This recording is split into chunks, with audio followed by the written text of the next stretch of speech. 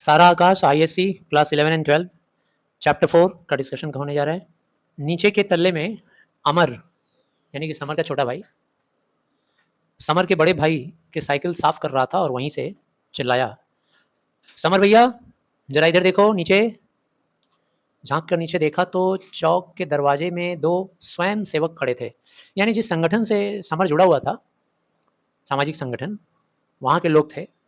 नीचे आया, उन लोगों ने कहा, कई दिन से आप आ नहीं रहे हैं, हमने सोचा कुछ तबीयत। सुबह इधर मैंने व्यायाम की दृष्टि से शाखा जाना शुरू कर दिया था। संध्या को बहुत दिख जाता था, मतलब शाम के टाइम कोई ऐसी जगह पे जाता था जहाँ बुद्धि का विकास हो उसका, जैसे लाइब्रेरी टाइप का कोई जगह है। तो समर कह रहा है कि कई दिनों से सुबह इधर मैं व्यायाम की दृष्टि से शाखा जाना शुरू कर दिया था और शाम को बौद्धिक चला जाता था जहाँ कुछ बुद्धि का विकास हो। शादी और अपने मानसिक परेशानियों के कारण जाने को मन ही नहीं हुआ। बड़ी मुश्किल से उन्हें लौटाया। मन बहुत उदास था। पाँव किसी तरह घिसटाता हुआ लौट आया, क्योंकि मुझे पता था ये लोग फिर आएंगे। यह आशंका अब डराने लगी थी कि बार बार ये लोग मुझे बुलाएंगे और मैं पूरी तरह से मेंटली डिस्टर्ब्ड हो गया था शादी करने के बाद। सचमुच एक तूफान की तरह मेरी पत्नी आई मेरे जीवन में और फिर लहरों की तरह चली गई। लेकिन घर में चली आती एक स्वाभाविक गति को, हमारे घर की जो गति थी पहले नेचुरल, उस गति को सोचो कैसे किसी ने पकड़कर बुरी तरह से झंझोड़ डाला। मेरी पत्नी का ही तो ये काम था ना, हिला के रख दी पूरा घर को एकदम 4-5 दिन के अंदर ही। लगता है जैसे कोई बहुत बड़ी दुर्घटना आई और आकर होकर चली गई, और उसके वास्तविक प्रभाव को सही रूप से आंक पाने में अभी तक असमर्थ हूं मैं।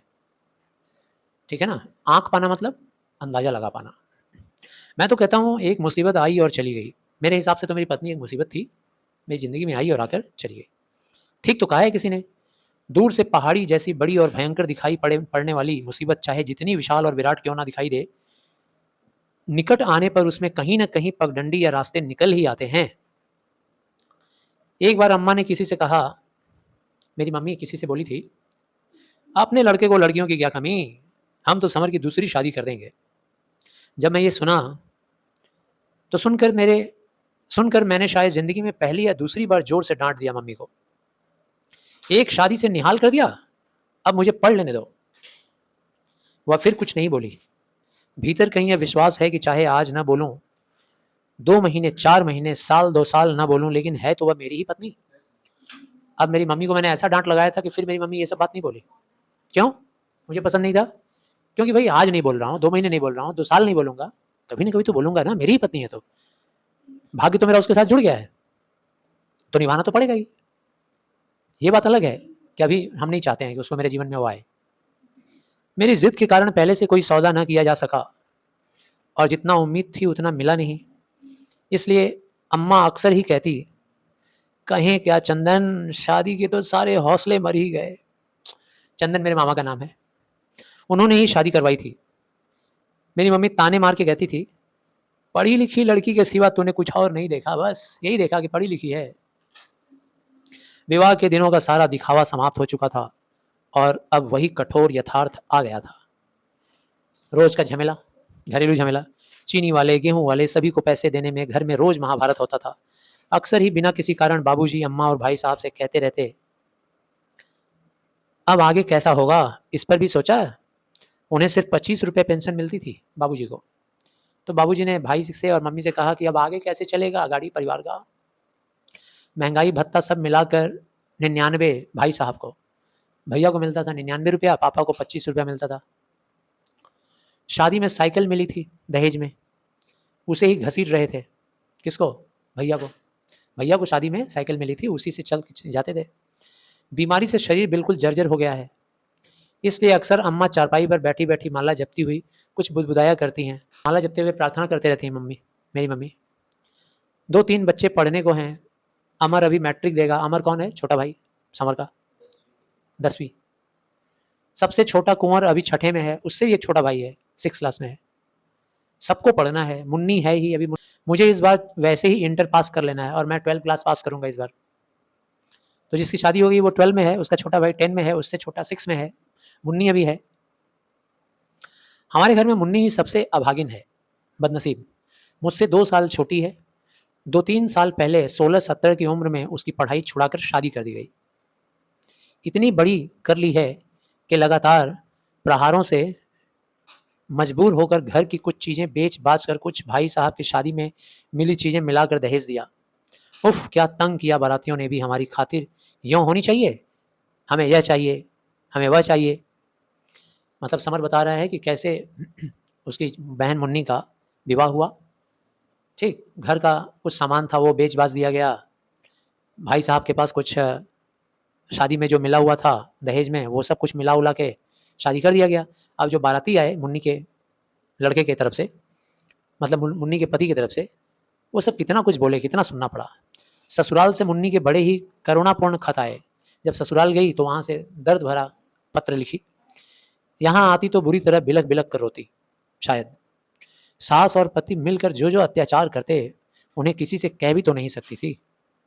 इसका पता तो बाद को चला कि पति का चाल-चलन कैसा है और वह रातों कहाँ-कहाँ घूमता है। 1 डेढ़ साल तो गाड़ी रोते-झींकते खींचती रही, लेकिन सास के मरते ही मुसीबतों का पहाड़ अर्रा कर टूट पड़ा। सुनते हैं कोई ब्राह्मण जाति की थी। पतिदेव जो थे मुन्नी के, दुष्ट मिजाज के इंसान थे। सास के जाते ही उसका पति क्या किया किसी ब्राह्मण जाति की औरत को ले आया घर में, दूसरी औरत को। खुद रहता था और अपनी उस रखैल को रखता था और दोनों का सेवा करवाता था किससे? मेरी बहन मुन्नी से। 2-2 3-3 दिन खाना नहीं देता था और भी न जाने कितने कहने-अनकहने अत्याचार किए। मुन्नी तो बताती ही नहीं थी। रात-रात भर क्या करता था उसका पति? उसके हाथ के ऊपर खटिए का पैर रख देता था। जिस खाट पे सोता था ना, वो इसके हाथ के ऊपर रख देता था हथेली पे और रख कर उसी खाट के ऊपर सो जाता था और मुन्नी नीचे बैठ के चिल्लाती रहती थी, रोते रहती थी, तड़पते रहती थी कि खटिया उठाओ इसके ऊपर से। और उसको आनंद आता था, मज़ा आता था। बोलता था ये गेम है मेरा। और बहुत मारा एक दिन, इतना मारा कि बेंतों के नीले-नीले निशान हो गए। तब जाकर के मुन्नी रोते-रोते घर आ गई और तब से फिर लौटी नहीं।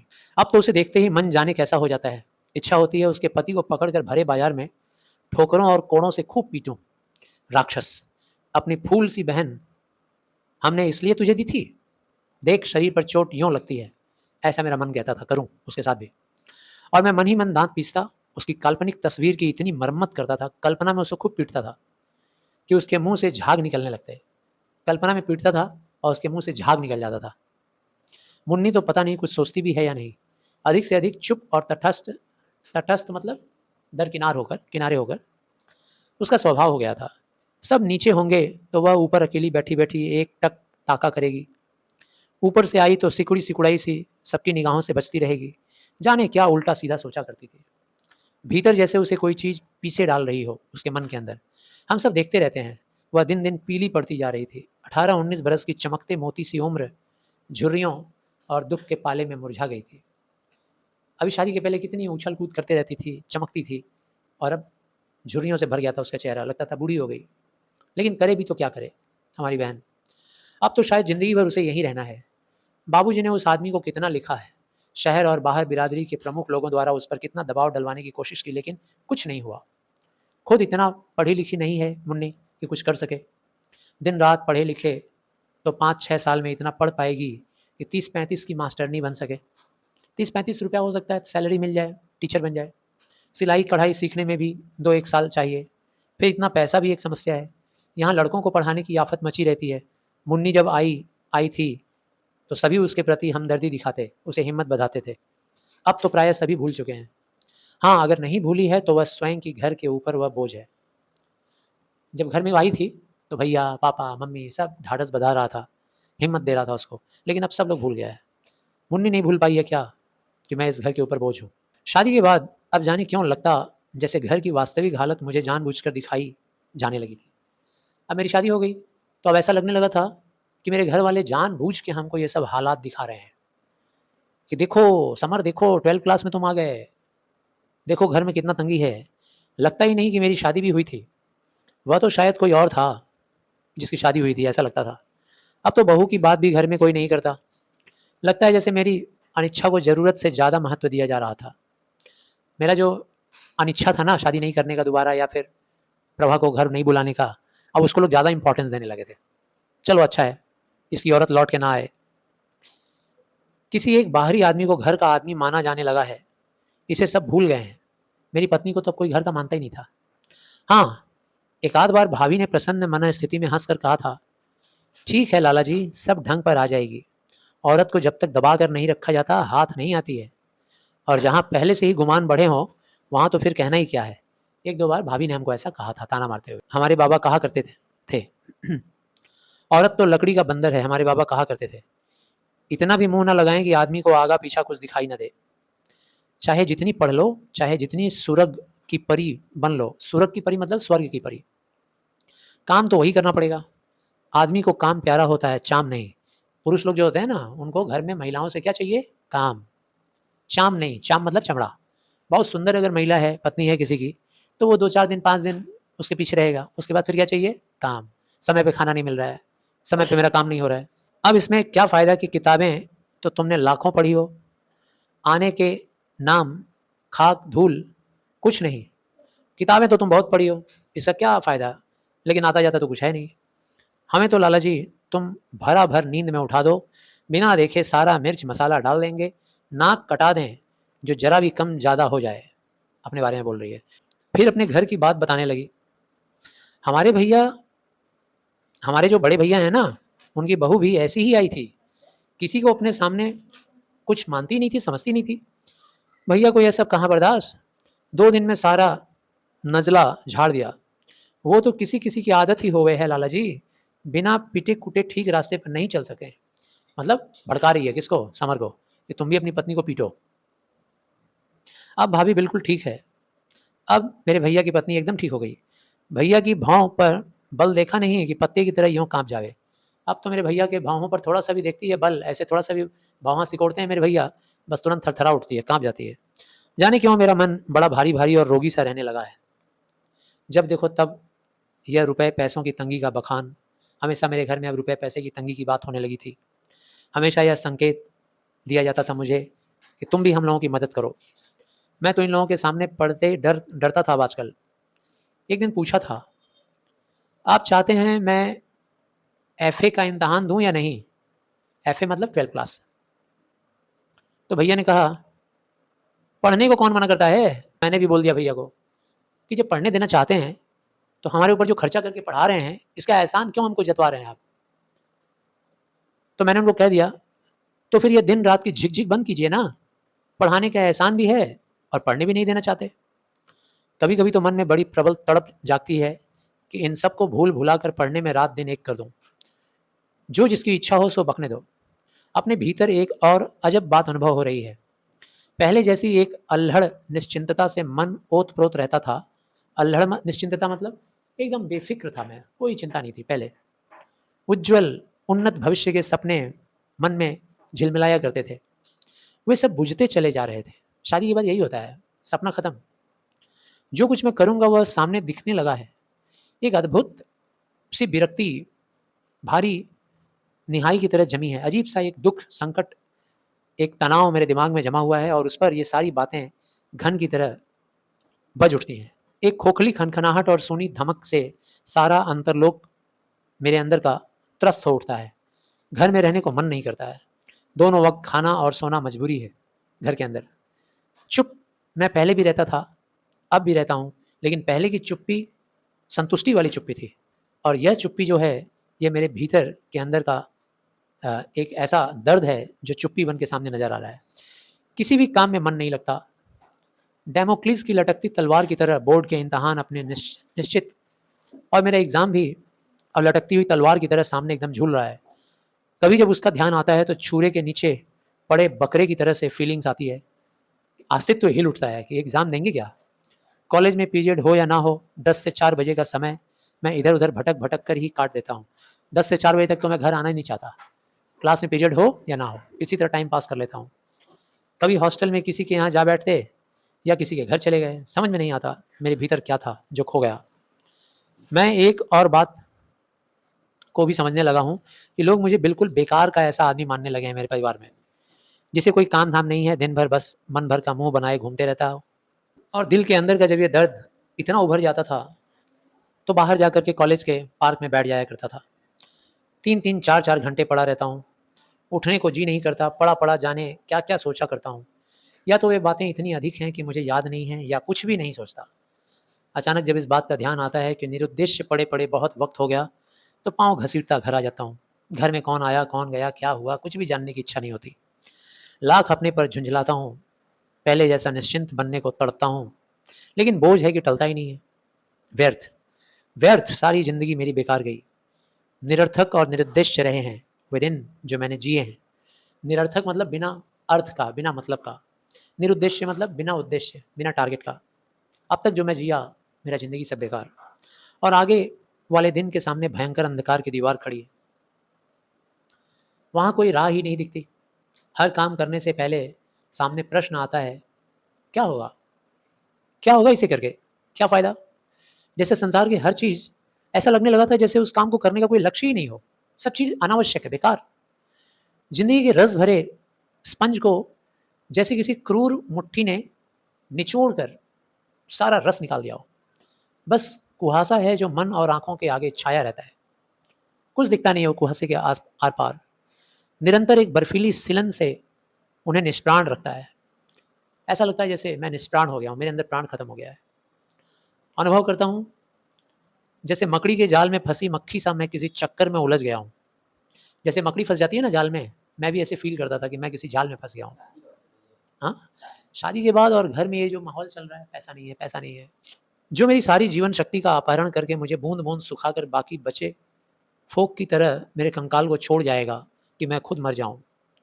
देख रहा हूँ, महसूस कर रहा हूँ कि मेरी आँखों की ज्योति और होठों की मुस्कुराहट चली जा रही है, गलती जा रही है। लेकिन आखिर रोकूँ कैसे? यह घर की चक-चक, चक-चक मतलब ये हमेशा बात-बात पे बोलना, या हमेशा अपने मन में किसी अपराध की ग्लानि, हमेशा मेरे मन में मैं फ़ील करता रहता हूँ कि मुझसे क्राइम हो रहा है, मुझसे अपराध हो रहा है, मैं कुछ काम नहीं कर रहा हूँ, घर में कोई योगदान नहीं दे पा रहा हूँ पैसे का। कॉलेज के लड़कों को देखता हूँ, जो बात बिना बात हो करके ज़ोर-ज़ोर से हँसते हैं, लापरवाह रहते हैं और कभी इसको बनाते हैं, कभी उससे मज़ाक करते हैं। मुझे लगता है इनमें से मैं किसी को नहीं पहचानता। ये चलती हुई लड़कियों पर आवाज़ें कसना, इशारे करना, उनके टांगों के पीछे चक्कर काटना, धर्मशालाओं में आकर ठहरी हुई सहायता माँगने आने वाली शरणार्थिनी औरतों के साथ के अपने झूठे सच्चे किस्से बखानना, अभिनेता-अभिनेत्रियों की बातें करना, क्रिकेट के खिलाड़ियों की बहसें करना, मुझे सब एकदम नकली और झूठे लगते हैं। हाँ, पार्टी पॉलिटिक्स का बात होता है, वहाँ जाने का मन ही नहीं करता है, पार्टी पॉलिटिक्स की जगह पे। लगता है ये सब लोग ऐसी बातें करते हैं जिनका ज़िंदगी से कोई संबंध नहीं है। इन सब पर मुझे झुँझलाहट भी आती है। ये लोग चुप क्यों नहीं बैठते? क्यों दिन-रात बड़बड़ करते रहते हैं? क्यों बेवकूफ़ों की तरह उछलते-कूदते रहते हैं? क्या फ़ायदा है इन बातों से? भाई, मधुबाला संसार की सबसे सुंदर एक्ट्रेस है सही, चलो मान लिया। अशोक कुमार बुड्ढा होकर भी कमाल करता है, मान लिया। फिर तुम्हें इन सब से क्या लेना-देना? माना कि असली खेल की अपेक्षा उसकी रनिंग कमेंट्री लाख दर्जे रोचक होगी। मान लिया कि क्रिकेट में अच्छा खेलने वालों से ज़्यादा अच्छा रनिंग कमेंट्री करने वालों की है। और स्टालिन की लड़की की बड़ी-बड़ी करतूतें खुल रही हैं। फिर आप आखिर क्या चाहते हैं? सब मिलाकर बाहर का यह सारा जीवन मेरे लिए बिना आनंद का था, खोखला था, अनावश्यक था। कभी-कभी इन लोगों से बड़ा गुस्सा लगता था कि क्यों नहीं मैं भी इन सब की तरह खुलकर हँस बोल पाता हूँ?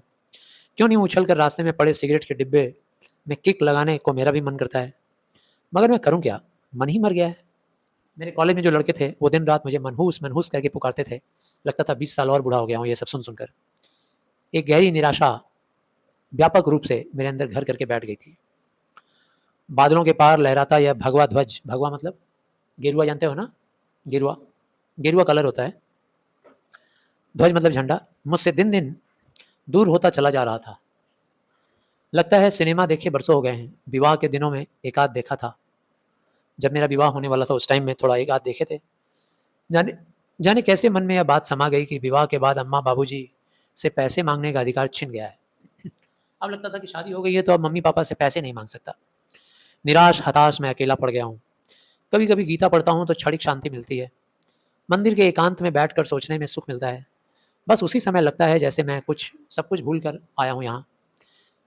बुरी चिंताएँ, परेशानियाँ, फटती नसों को यहाँ का सुगंधित अगरू धूम्र सहला-सहला कर सुला देता है। यहाँ पर जो अगरू लकड़ी का धुआँ जो उठता था ना, उसी से थोड़ा मैं सो जाता था। बस मंदिर में ही यह समय ऐसा लगता था जहाँ मैं सब कुछ भूल गया हूँ, सारी चिंताओं, सारी परेशानियों को, और उसके बाद यहाँ का सुगंधित जो धुआँ था, धूप बत्ती का, अगरू का, उनसे मैं आनंद पाकर सो जाता था।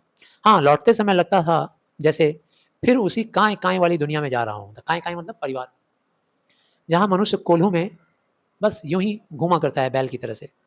लेकिन एक घटना के बाद अब मंदिर जाना भी छोड़ दिया है।